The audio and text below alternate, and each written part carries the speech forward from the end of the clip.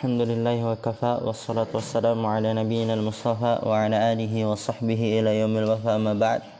Rabbi syrah li sadri wa yassir li amri wa hlul 'uqdatam min lisani yafqahu qawli. Allahumma 'allimna bima yanfa'una wanfa'na bima 'allamtana wa zidna 'ilman nafi'a. Allahumma arinal haqqa haqqan warzuqna ittiba'ah wa arinal batila batila warzuqna ijtinabah. Rabbana ighfir lana wa liwalidina warhamhum kama rabbawna shighara. Insyaallah kita akan melanjutkan kajian kita dalam kitab Jami'ul Ulumi wal Hikam yang dikarang atau yang disyarah oleh Al-Imam Ibnu Rajab Al-Hambali rahimallahu taala. Dan kita masih pada hadis yang pertama tentang niat. Dan di sini kita akan masuk tentang hal-hal yang termasuk dalam perkara niat, yaitu sumpah yang terlebih khusus di sini yang dibahas sumpah terhadap talak atau cerai. Iqra ya Far. Wa mimma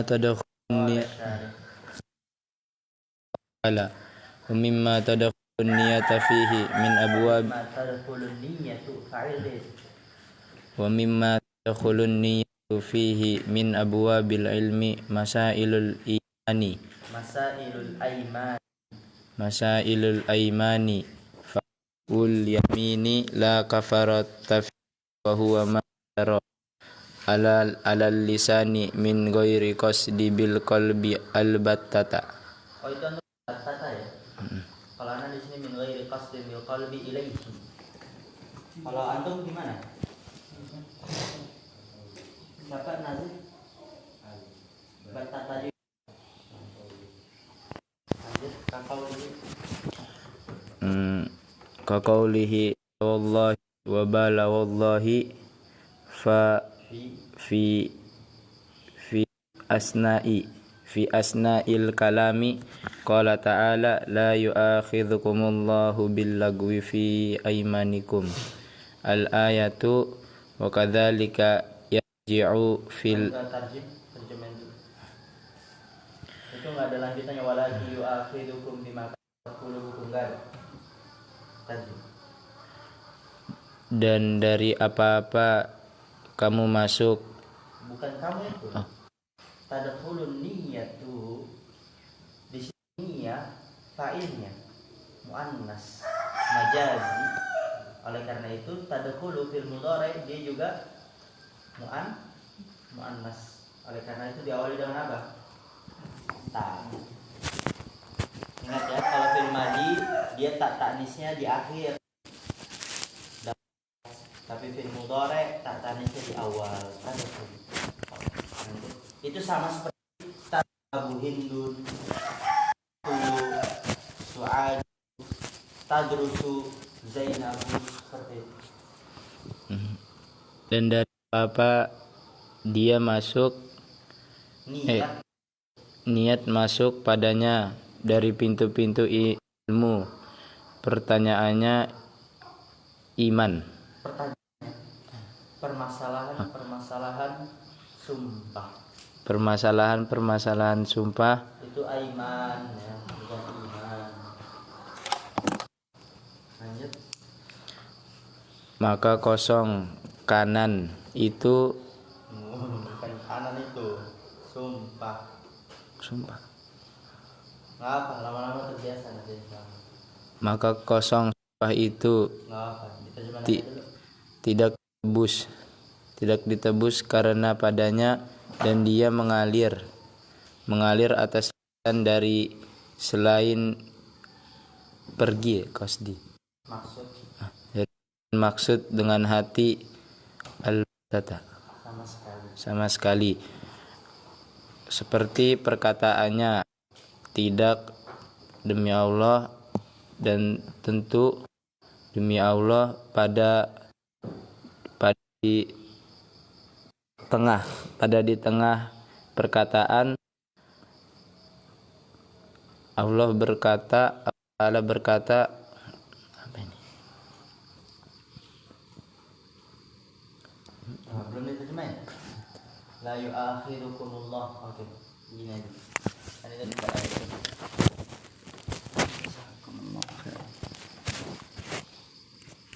Oke, perhatikan. Di sini berkata pensyarah rahimahullah taala.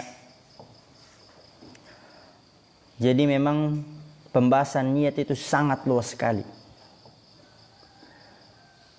Dia pada bab jihad, pada bab sumpah, pada bab talak. Dan nanti kita akan bahas lafaz talak pun itu semua tergantung dengan niatnya, walaupun lafaznya talak. Walaupun lafadznya cerai, walaupun lafadznya jelas pisah, tapi tergantung dengan niatnya. Misal ada seseorang mengatakan kepada istrinya, kita pisah. Lafadz apa? Cerai bukan? Talak. Tapi ternyata niat laki-lakinya itu pisah ranjang. Maka di situ dia dinilai tergantung niat. Berarti tidak cerai, akan tapi hanya pisah ranjang.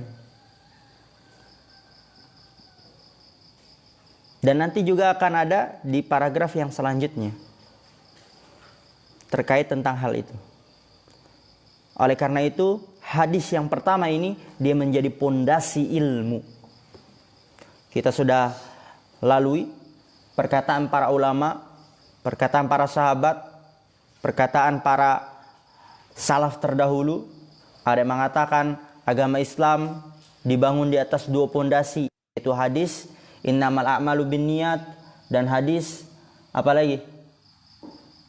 Apa? Man 'amila 'amalan laisa 'alaihi amruna fahuwa raddun. Ada yang mengatakan 3 pondasi, mengatakan 4 pondasi, ada yang mengatakan 5 pondasi, ada yang mengatakan 6 pondasi, tapi semuanya itu masuk dalamnya hadis yang pertama ini, innamal a'malu binniyat, karena dia sangat pondasi, mendasar, fundamental, mencakup kepada semuanya. Khulun niyatu fihi min abwabil ilmi masailul aimani. Ingat, perhatikan itu dibacanya aiman, bukan iman. Nanti bingung nanti. Kalau dibacanya iman, terjemahnya lagi iman, bingung sama pembahasan setelahnya. Tapi nggak apa-apa.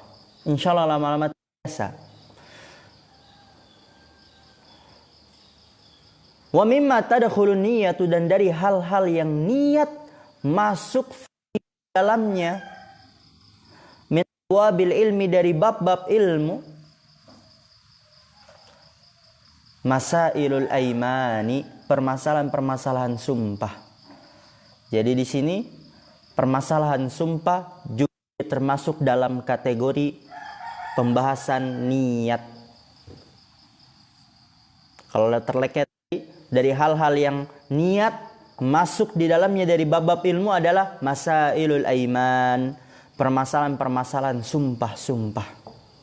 Oh, kita kalau di orang Arab itu disering sekali mengatakan sumpah. La wallah. Misalnya, Yusuf mau makan enggak? La wallah. Yusuf berdiri. La wallah. Dikit-dikit wallah, wallah, wallah. Mungkin antum kalau misalnya punya teman yang dia ada keturunan Arab, keturunan Yaman, itu biasa sering dia ngomong la wallah, la wallah, atau ana ikut wallah, dan seterusnya. Bagaimana hukumnya? Kan dia ngomong wallah, sumpah. Misal ada seorang pemilik rumah, kemudian ada tamunya bilang, ayo makan, la wallah, ayo makan bareng kita, la wallah. Dipaksa, akhirnya dia makan juga. Nah, gimana tuh? Parah gak? Di sini kata pensyarah rahimallahu taala, falaghul yamin, lihat, la kafarata fihi. Falaghu, apa itu laghu? Laghu itu tidak serius atau main-main. Yang ketiga ini yang lebih mudah dapat dipahami. Tidak disengaja, tidak diniatkan dalam hati. Tidak sengaja, tidak diniatkan di dalam hati, ya karena keterbiasaan di lisan, sering sumpah. sengaja, tidak diniatkan di dalam hati karena keterbiasaan dalam lisan. Falawul yamini, sumpah tidak disengaja, tidak diniatkan di dalam hati, la kafarata fihi, tidak ada kafarah di dalamnya. Jadi kalau dia bersumpah tapi tidak disengaja, karena memang sudah terbiasa, hatinya tidak berkata itu, kemudian dia menyelisihinya, maka tidak ada kafarah pada sumpah tersebut. Apa itu laghul yamin? Sumpah yang tidak disengaja. Wa huwa ma jara 'alal lisani min ghairi qasdin bil qalbi ilaihi. Ana di sini ilaihi, antum albattata. Laghul yamin, dia adalah wa huwa ma jara 'alal lisan. Dia adalah lihat jara. Ya, jadi kalau antum melihat kamus itu artinya mengalir, artinya jalan, artinya lari. Kira-kira apa yang cocok nih? Kalau lisan, nah ini anak menumbuh apa namanya? Ya, agar itu semakin peka untuk menerjemahkan yang sesuai dengan konteksnya. Tidak terlalu terlek. Nah, tadi kalau jara itu kita lihat di kamus itu apa artinya? Lari, mengalir, jalan. Tapi kalau lisan kira-kira apa yang cocok? Mengucap, terlontar. Laghul yamin wa ma jara 'ala lisan, dia adalah yang diucapkan, dilontarkan oleh lisan min ghairi qasdin, tanpa bermaksud, bil qalbi ilaihi, dengan hati kepadanya. Jadi hatinya tidak bermaksud untuk sumpah, tapi terlontar saja dalam lisan, terucapkan saja dalam lisan karena keterbiasaan. Itu laghul yamin. Majar ala lisan, apa yang terlontar oleh lisan, terucapkan oleh lisan min ghairi qasdin, tanpa maksud, bil qalbi ilaihi, dengan hati kepadanya. Kalau tanpa maksud dengan hati sama sekali, jadi hatinya tidak bermaksud sama sekali. Seperti perkataan la wallah, tidak demi Allah. La wallah, tapi di Indonesia jarang ya. Orang dikit-dikit wallah, orang dikit-dikit wallah, jarang itu. La wallah wa bala wallah fi asna'il kalam, di pertengahan kalimat. Bagaimana hukumnya? Allah Ta'ala berfirman, la yu'akhidukumullahu billaghwi fi aymanikum. La yu'akhidukumullahu, Allah tidak menghukum kalian, billaghwi fi aymanikum, dengan ketidaksengajaan, fi aymanikum, dalam sumpah-sumpah kalian, yang tidak diinginkan oleh hati, yang tidak dimaksudkan oleh hati. Walakin, akan tapi, di sini ada lanjutannya ya, yang semoga aja antum udah hafal semua juga. Yu'akhidukum bima kasabat qulubukum. Akan tapi Allah menghukum kalian dengan apa yang dilakukan oleh hati-hati kalian, yaitu dengan apa yang diniatkan oleh hati-hati kalian. Jadi ketika sumpah itu tergantung niatnya, benar-benar diniatkan nggak sumpahnya, atau cuman memang karena keterbiasaan tanpa ada niatan dalam hati. Maka Allah hanya melihat sumpah yang ada diniatkannya di dalam hati, yang ada niatnya dalam hati, kalau memang dia itu bersumpah, bukan karena keterbiasaan di lisan. Wasil.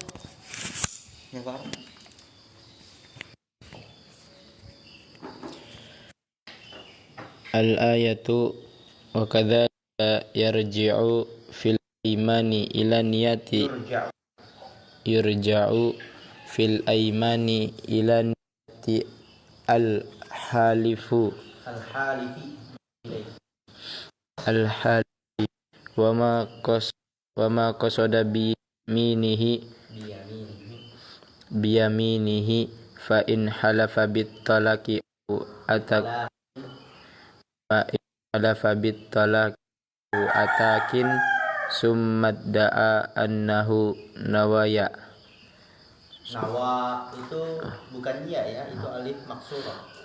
Summa da'a annahu nawa yukhalifu ma zahiri zahira lafzihi fa innahu yudayyinu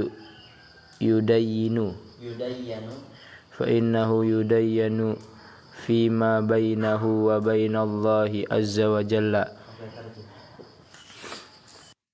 Ayat itu kembali pada iman, kembali pada sumpah, niat, perbedaan itu. Orang yang bersumpah dan apa-apa dan apa-apa yang dimaksud dengan sumpahnya, maka sesungguhnya sumpah apabila sumpah dengan talak atau memerdekakan kemudian mengaku bahwasanya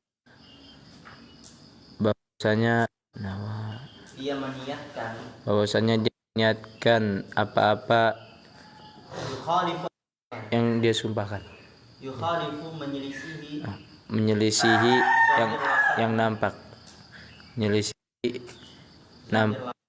zahir lafaznya, maka sesungguhnya memanjangkan,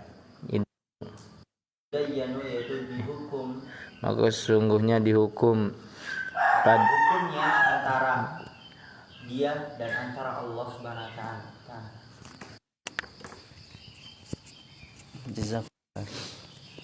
Di sini berkata pensyarah rahimallahu taala, tadi kita sudah bahas sumpah yang tidak disengaja tidak ada kafarah baginya.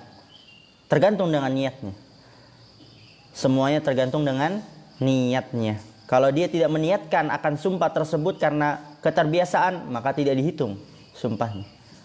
Tidak dihukum apabila dia melanggar sumpah tersebut yang sifat sumpahnya laghu. Berarti tergantung dengan niatnya. Oleh karena itu di sini kata pensyarah rahimallahu taala, lihat.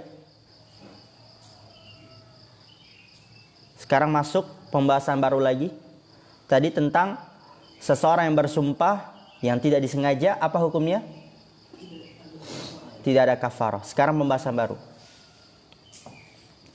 Wa kadzalika yurja'u fil aimani ila niyyatil halifi wa ma qasada bi yaminihi. Wa kadzalika, dan begitu juga, yurja'u fil aimani, dikembalikan pada sumpah-sumpah, ila niyyatil halifi, kepada niat orang yang bersumpah. Wa ma qasada bi yaminihi, dan apa yang dimaksud dengan sumpahnya. Jadi sumpah itu dikembalikan kepada niat orang yang bersumpah dan apa yang dimaksud dengan sumpahnya. Fa in halafa bi talakin, maka apabila seseorang sumpah bi talakin dengan talak, au atakin atau memerdekakan,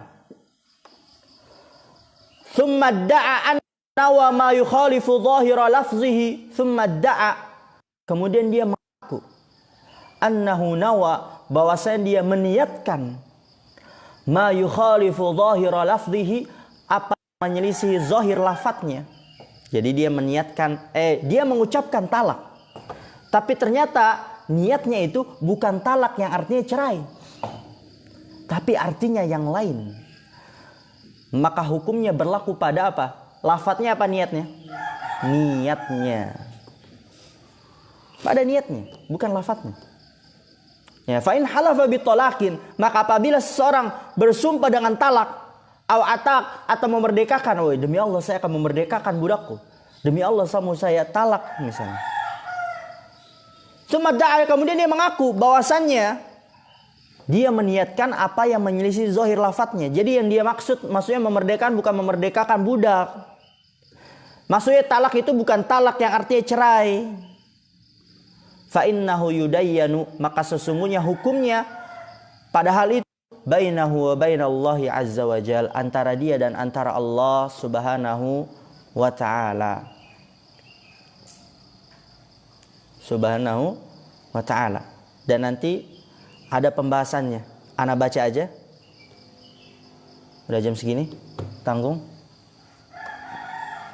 Labas ya Faruk? Oh, ini berapa menit? 20 menit. Wa hal yuqbalu minhu fi zahiril hukmi? Apakah diterima darinya pada zahir hukumnya? Jadi kalau misalnya ada seorang mengatakan sumpah talak atau mengatakan talak tapi niatnya itu menyelisihi apa yang dilafatkannya, niatnya mengatakan talaknya itu bukan berarti cerai, bagaimana hukumnya? Kan talak itu bukan perkara hal-hal yang biasa, bukan main-main itu. Kalau talak ya udah nanti talak, cerai sama istrinya. Nggak bisa lagi dia berpegangan, yang tadinya nanti halal menjadi haram, yang tadinya ini menjadi ini. Berubah langsung semua hukumnya. Jadi bagaimana hukumnya kalau misalnya dia zohirnya mengatakan talak, lafadznya mengatakan talak, saya kamu talak, tapi niatnya tidak bermaksud demikian. Bagaimana hukumnya? Fihi qawlani lil ulama'i masyhurani. Fihi, padahal itu terdapat dua pendapat para ulama yang terkenal. Wahuma riwayatani an Ahmad, dan keduanya ada dua riwayat dari Imam Ahmad. Waqad ruwiya an Umar annahu rufi'a ilaihi rajulun qalat lahum ra'atuhu. Waqad rufi'a qad ruwiya, sungguh telah diriwayatkan an Umar, dari Umar, annahu rufi'a ilaihi rajulun, bahwasannya dihadapkan kepadanya seorang lelaki. Qalat lahum ra'atuhu, yang istrinya berkata kepadanya. Qalat lahu imra'atuhu, lihat, qalat lahu imra'atuhu, fa'ilnya mana di situ?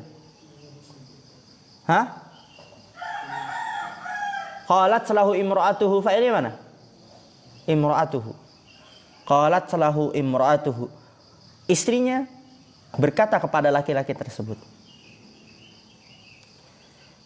syabbihni, permisalkanlah aku. Biasalah perempuan ingin dipuji-puji. Jadi di sini dia, istrinya mau dipuji, coba permisalkan aku. Kan pengen dipuji, oh kamu itu seperti ini, kamu seperti bulan, kamu seperti rembulan bintang-bintang. Ingin dipuji. Kemudian kata suaminya, qala ka'annaki dhabyatun, seakan-akan kamu adalah rusa betina. Kan rusa itu dia terkenal kelopak matanya yang indah. Dilanjut lagi, ka'annaki hamamatun, seakan-akan kamu itu adalah burung merpati. Tapi di kalangan orang Arab, pujian-pujian seperti ini biasa. Dan istrinya minta dipuji lagi yang luar biasa. Kurang pujiannya, masih kurang pujian, minta dipuji lagi. Oleh karena itu apa? Faqalat la arda hatta taqula anti khaliyatun taliq. Aku tidak ridho hatta taqula, ini kata istrinya, aku tidak ridho sampai engkau mengatakan, yaitu masih kurang pujiannya, mau dipuji lagi, sampai engkau memuji aku dengan sesuatu yang lincah, yang cepat. Anti khaliyatun taliq. Ya, khaliyatun taliq itu artinya apa? Unta yang dicerai. Khaliyah, unta. Lincah. Khaliyah itu unta yang lincah. Khaliyah apa? Unta yang lincah. Talik, yaitu cerai. Tapi talik dia di sini bisa bermakna dua. Bisa bermakna lepas, bisa bermakna cerai. Jadi istrinya udah dipuji, engkau seperti rusa betina, engkau seperti burung merpati. Tapi karena pujian itu sudah biasa di kalangan orang Arab, dia minta dipuji lagi, kurang pujiannya. Dia mau dipuji dengan hal-hal yang lincah, hal-hal yang lain, hal-hal yang luar biasa. Cobalah puji aku dengan suatu hal yang lincah. Kemudian dia mengatakan aku ingin dipuji seperti hal yang lincah. Dan suaminya mengatakan itu khaliyatun talik. Waduh, ada lafaz talik nih. Akhirnya apa? Keduanya suami istri itu dia bengong, terdiam. Ini ada lafaz talak ini. Bagaimana ini? Jatuh talak gak? Kan kalau jatuh talak udah gak bisa bersentuhan lagi. Gimana? Jatuh talak gak? Nah, bingung keduanya. Faqala dzalik, ya laki-laki yang mengatakan itu, anti khaliyatun talik. Engkau seperti unta. Tadi kan khaliyah apa artinya? Unta yang lincah, talik. Talik ada berapa makna? 2. Lepas, bisa cerai. Engkau adalah unta yang lincah cerai. Wih, gimana ini? Wih, ada cerai ini. Maka apa kata Umar? Ya, jadi laki-laki itu bertanya kepada Umar, permasalahannya ini istriku minta seperti ini, dia minta lagi dipuji agar seperti sesuatu yang lincah. Kemudian aku puji hal itu, ternyata adalah fatolik. Maka apa kata Umar? Khud biyadiha fahiya mar'atuk. Khud biyadiha, ambillah tangannya. Fahiya mar'atuk, maka dia adalah istrimu. Jadi apa? Tidak jatuh talaknya, dia tetap istrimu. Karena yang dimaksud talik di situ bukan cerai, tapi apa? Lepas. Jadi dia ketika mengatakan talik, lafadznya talik, talak, tapi niatnya itu bukan talak, artinya cerai, tapi artinya apa? Lepas. Kharrajahu Abu Ubaidin, dikeluarkan oleh Abu Ubaid. Waqala, lihat di sini. Waqala aradan naqata takunu ma'qulatan thumma tutlaqu min iqaliha wa yukhalla anha fahiya khaliyatun minal iqal wa hiya tun li'annahu qad talaqat li'annaha qad talaqat li'annaha qad talaqat fa ar-rajulu dzalik. Lihat. Wa qala di keluar Abu Ubaid itu katakan khaliyatun talik, engkau adalah unta lincah yang cerai. Talik aradan naqah, yang diinginkan adalah unta takunu ma'qulah, ikat, yang diikat, tutlaqu min, kemudian lepas, tutlaq dilepas. Talik kan tadi kan sama maknanya. Tsumma tutlaqu, kemudian dilepas min iqaliha, dari ikat, walla anha, dan dibiarkan unta tersebut. Fahiya khaliyatun minal iqali, maka dia dibiarkan dari ikatan. Wahiya talik, dan dia terlepas. Kenapa terlepas? Li'annaha qad talaqat, karena bahwasanya unta tersebut terlepas dari ikatannya. Laki itu ingin anti khaliyatun talik, yaitu engkau seperti unta lincah yang lepas dari orang itu. Lepas, habis dilepas, habis diikat, apapun kalau habis diikat, setelah ikatannya ngapain? Dia langsung jalan itu, cepat, lincah. Jadi istrinya ingin dipuji dengan adalah fatolik. Bagaimana ini? Tapi yang diniatkan oleh laki-laki tersebut, tolik maksudnya apa? Unta yang awalnya itu diikat, kemudian dilepas ikatannya dan dibiarkan, maka unta tersebut menjadi lincah karena terlepas ikatannya. Jadi yang dimaksud tolik itu adalah fa'arada rajulu dzalik, maka laki-laki itu menginginkannya hal itu, bukan tolik cerai, tapi tolik lepas dari ikatan. Fa'asqata anhu Umaru at-talaqa li niyyatihi.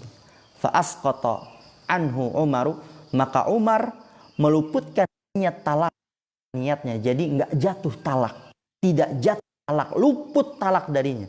Tidak jatuh talak karena niatnya bukan cerai, tapi lepas dari ikatan. Kemudian lihat wa hada aslun likulli man takallama bi syai'in yushbihu lafdhat talaqi wal ataqi. Wa hada aslun, ini adalah asal, pondasi, dasar, likulli man takallama, untuk setiap orang yang berucap bisyai'in, dengan sesuatu, yushbihu lafdhat talaqi, yang menyerupai lafaz talak, wal ataq, dan memerdekakan budak ya. Wa huwa yanwi ghairahu, dan dia meniatkan selainnya. Jadi apa yang diucapkan itu berbeda dengan yang niatkan. Annal qawla fihi qawluhu fima bainahu wa bainallahi, bahwasannya ucapan di dalamnya adalah ucapannya antara dia dan antara Allah. Jadi ucapannya itu tergantung dengan dan niat yang tahu hanya siapa? Dia dan Allah. Wa fil hukmi ta'wili madhhabi Umar radhiyallahu ta'ala anhu, dan di dalam hukum atas ta'wil madhab Umar radhiyallahu ta'ala anhu, kesimpulannya semuanya dikembalikan kepada niat. Ya, karena tadi kamu saya cerai, kamu saya talak, kita pisah. Kita pisah. Ya, lafadznya itu cerai. Apakah jatuh cerai? Lihat niat suaminya ketika dia mengatakan apa yang dimaksud. Apabila yang dimaksud pisah adalah pisah ranjang. Misalnya pergi kamu ke orang tuamu, ya, biar pergi itu, yaitu kamu cerai. Maka di situ dia tergantung dengan niat. Lihat betapa riskannya hal niat, betapa dalamnya, rincinya hal niat. Jadi bahkan lafaz yang talak, yang sudah jelas talak lafaznya, itu dilihat lagi niatnya. Wa likulli innamal a'malu binniyat wa innama likulli imri'in ma nawa. Dan sesungguhnya setiap orang hanya mendapatkan apa yang ia niatkan. Paham insyaallah? Paham? Dan ini nanti kita masuk pembahasan tauriyah. Ya, ada suatu kisah, ada lelaki itu diburu menjadi buronan oleh suatu kaum, dan dia minta perlindungan. Kemudian nama Rasulullah diterima. Oke, saya lindungi. Ketika Rasulullah berpindah dari tempat berdiri, kemudian berdiri di situ. Lalu sekelompok datang kepada Rasulullah yang memburu laki-laki sebelumnya. Berkata, wahai Muhammad, atau itu mengatakan, apakah engkau melihat laki Rasulullah? Semenjak saya berdiri di sini, saya tidak melihat laki-laki. Semenjak saya berdiri di sini, kan memang benar kan? Kan beliau pindah. Semenjak beliau di sini, tidak melihat laki-laki tersebut. Itu namanya tauriyah. Tapi nanti tahu dalam keadaan dizolimi, bagaimana hukumnya? Ketika dalam keadaan menzolimi, bagaimana hukumnya? Misalnya, Zubair, Zubair, la tanamnya Zubair. Misalnya, juga terjadi biasanya, ada seorang nikah dua, poligami. Nikah tiga, poligami. Kemudian pihak perempuan yang ingin dipoligami ini, itu ingin dita'addudin, berkata, aku tidak nikahkan aku sampai engkau menceraikan istrimu. Kan seperti itu. Aku tidak mau anakku sampai engkau menceraikan istrimu terlebih dahulu. Kemudian laki-laki itu mengatakan, istriku telah saya talak 3. Kemudian tiba-tiba pihak perempuannya itu, keluarga perempuannya melihat, kok laki-laki itu masih sama istrinya? Kan sebelumnya dia mengatakan istrinya ditalak, dicerai gitu. Kan istri banyak. Laki-laki itu, yang saya maksud talak, cerai, itu adalah istri saya yang memang sudah talak dulu.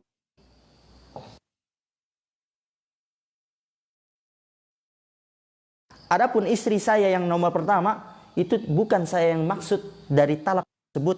Jadi semua niat tahu kadang dizolimi. Lalu bagaimana? Seorang menjual barang, dia ini bagus, tidak ditahu itu barangnya itu di dalam kardus. Kemudian orang mengatakan, apakah ini barangnya bagus? Kemudian ia mengatakan, bagus. dibayar, kemudian jelek. Kata kamu itu bagus barang. Maksudnya kata kamu itu bagus. Terus kata orang tersebut, yang saya maksud bagus itu bukan barangnya, tapi kardusnya. Nah, gitu. Maksud bagus itu bukan barangnya, tapi kardusnya. Nah, itu ngeri itu. Keadaan menzolim. Mungkin kita ambil kurang. Subhanakallah bihamdika. Lantas